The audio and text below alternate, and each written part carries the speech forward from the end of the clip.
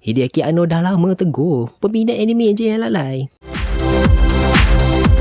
Rebuild of Evangelion ataupun Evangelion New Theatrical Edition adalah tetralogi daripada Kara dan Gainax. Ditulis dan diarah oleh Hideaki Anno, tetralogi ini kini ada ditayangkan di Amazon Prime Video. Dibintangi oleh Megumi Ogata, Megumi Hayashibara, Yuko Miyamura, Kotono Mitsuishi, Fumihiko Tachiki, Maya Sakamoto dan lain-lain. Secara ringkas, franchise Neon Genesis Evangelion mengisahkan mengenai Shinji Ikari yang dipaksa menanggung tanggungjawab memandu Evangelion untuk melindungi bumi daripada makhluk-makhluk Angel yang melakukan kemusnahan.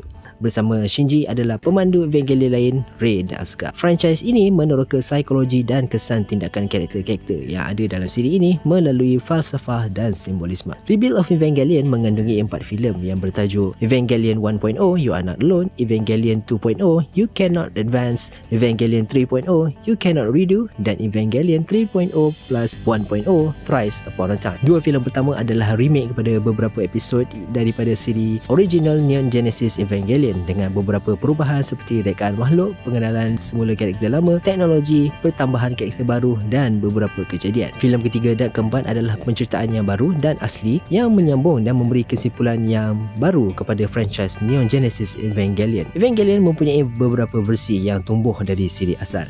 Death and Rebirth adalah filem recap kepada siri asal. The End of Evangelion adalah penamat alternatif kepada dua episod akhir siri asal Evangelion yang banyak kontroversi. Rebuild of Evangelion adalah penceritaan semula yang mengikuti kehendak asal Hideaki Anno yang kini tiada masalah bajet dan teknologi yang terbatas. Kali pertama saya tonton Evangelion adalah bentuk siri berepisodnya dulu. Jika franchise Higurashi dah buat saya kejutan budaya, Evangelion buat saya kejutan budaya, bingung dan rasa kosong. Jika kita ikut sejarah Hideaki Anno, secara ringkasnya beliau hasilkan Evangelion sebagai satu medium kritikan kepada industri anime serta cara hidup otaku. Beliau tentang idea lari ke dunia fantasi dan lari dari susah payah realiti kehidupan. Menerusi simbol keagamaan dan falsafah, beliau cuba untuk menyampaikan mesej harapan dan kesedaran kepada tindakan yang diambil oleh manusia. Jika anda tak tahu, ada budaya di Jepun yang mana ada golongan yang digelar hikikomori yang sering mengasingkan diri dari masyarakat, dan ada juga golongan yang dipanggil otaku yang obses kepada produk-produk anime. Budaya ini boleh dilihat banyak dipaparkan dalam pelbagai medium hiburan Jepun. Budaya sebegini boleh kata antara punca kemerosotan bilangan penduduk Jepun dan juga kualiti anime. Anime telah dikuasai kuasa media yang mana ia boleh tersebar laju dan meluas mencapai pelbagai negara. Ini boleh dilihat sebagai satu keuntungan dan kebaikan, tapi berbaloikah kesan daripadanya? Menerusi karakter Shinji Ikari, saya boleh rasa berhubung dengan karakter beliau. Shinji Ikari lebih kelihatan manusia pada pendapat saya. Seorang remaja yang secara tiba-tiba dipertanggungjawabkan untuk melawan makhluk yang mampu memusnah dunia, sememangnya akan memberi kesan kepada mentalnya. Shinji Ikari boleh saya lihat sebagai diri saya yang terpaksa hadapi kehidupan sebenar sebagai orang dewasa. Daripada mengharungi susah payah realiti, Shinji Ikari sering lari dan mengasingkan diri kerana takut akan kegagalan dan pandangan orang lain. Seperti keinginan saya untuk pergi kepada game, pada anime, untuk lari daripada realiti ini, untuk lepaskan stres. Shinji Ikari mungkin saya boleh lihat sebagai protagonis yang paling lembik, tapi melihat sekali lagi, beliau hanyalah remaja 14